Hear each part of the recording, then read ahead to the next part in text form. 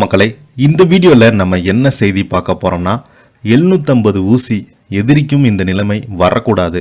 பொன்னம்பலம் கண்ணீர் பேட்டி இணையதளத்தில் வைரலாகும் பொன்னம்பலத்துடைய சமீபத்துடைய பேசிய வீடியோ வைரலாகி வருகிறது.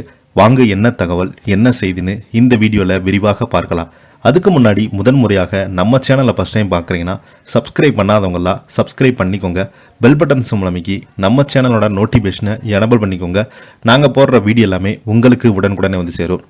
தமிழ் சினிமாவில் ஸ்டண்ட் கலைஞரான வாழ்க்கையை தொடங்கிய பொன்னம்பலம் பல திரைப்படங்களில் சிறு சிறு வேடங்களில் நடித்து வந்தார். இவர் சரத்குமார் நடித்த நாட்டாமை படம் திருப்புமுனையாக அமைந்தது. அந்த படம் இவருக்கு பெரும் புகழை பெற்று தந்தது. தமிழில் மட்டுமல்லாமல் மலையாளம், தெலுங்கு, ஹிந்தி என பல மொழி திரைப்படங்களில் நடித்திருக்கிறார். நடிகர் பொன்னம்பலம் அவர்கள் சிறுநீரக பிரச்சனையின் காரணமாக மருத்துவமனையில் அனுமதிக்கப்பட்டிருந்தார். அப்போது அவர் பொருளாதார சிக்கல்ல சிக்கி தவித்த போது மருத்துவ செலவுக்கு பணம் இல்லாத நிலையில தனக்கு உதவ வேண்டும் என சமீபத்தில் ஒரு வீடியோ வெளியிட்டு பேசியதை தொடர்ந்து பலருமே அவருக்கு உதவி செய்து வந்தாங்க. தற்போது ஓரளவுக்கு உடல்நலம் தேறி இருக்கும் பொன்னம்பலம் பிரபல யூடியூப் சேனலுக்கு பேட்டி அளித்திருக்கிறாரு. அந்த பேட்டியில் பார்த்தீங்கன்னா அதில் நான் உடல்நலம் பாதிக்கப்பட்ட போது முதல்ல எனக்கு உதவி செய்தது சரத்குமார் சார் தான். பின்பு அவரே பலரிடம் சிபாரிசு செய்தார். அதன் பிறகு KS ரவிக்குமார், தனுஷ், அர்ஜுன், சிரஞ்சீவி என பலருமே எனக்கு உதவி செய்து வந்தாங்க. அவங்களுக்கு எவ்வளவு உதவி செய்தாங்க என்பது என்னால் சொல்லவே முடியாது. ஆனால் என் மனசு நிறையும் அளவுக்கு உதவி செய்தாங்க. சிறுநீரகம் பாதிக்கப்பட்டதை அதை தொடர் மாற்றம் செய்ய வேண்டும். இன்னும் 1 வருடம் தான், அதற்கு மேல் எதுவும் செய்ய முடியாது என்று சொல்லிவிட்டாங்க. ஏனென்றால் சிறுநீரகம் பாதித்தால் ஒவ்வொரு உறுப்பாக செயலிழந்து விடுமா. உலகத்திலே மிக கொடுமையான தண்டனை டயாலிசிஸ் செய்வதுதான். இந்த நிலைமை என் எதிரிக்கு கூட வரக்கூடாது.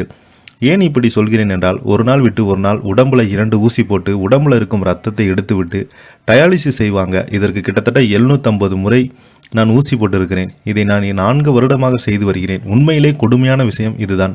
நான் தொடர்ந்து மது குடித்தால் இந்த நிலைமை என்கிறாங்க. ஆனால் அப்படி கிடையவே கிடையாது. அதற்கு பின்பு வேறு காரணம் இருக்கிறது. சிறுநீரக மாற்று அறுவை சிகிச்சை செய்ய மிக கஷ்டப்பட்டேன்.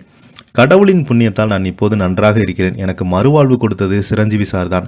அவங்க தான் எனக்கு கோடிக்கணக்கில் பணம் கொடுத்து உதவி செய்தாங்க. என் வாழ்க்கையில் முதல் பாதியில் எனக்கு சில கடமைகள் இருந்தது. அக்கா தங்கைகளுக்கு திருமணம் செய்து கொடுத்து விட வேண்டும் என்று அதை நான் செய்துவிட்டேன். அடுத்த நல்ல மனிதன் குழந்தைகளுக்கு அதுவும் நல்லபடியாக அமைந்துவிடும். அந்த நிலைமையில தான் நான் யாரையுமே கஷ்டப்படுத்த விரும்பல. இந்த வீட்டில் ஒரு உதவியாளருடன் நான் தனியாக இருக்கிறேன். பண உதவி செய்து பலருமே எனக்கு உயிர் கொடுத்துருக்கிறாங்க. அதுவே எனக்கு போதும் என்று பொன்னம்பலம் சமீபத்தில் ஒரு பேட்டியில் கதறி எழுதியிருக்கிறாரு.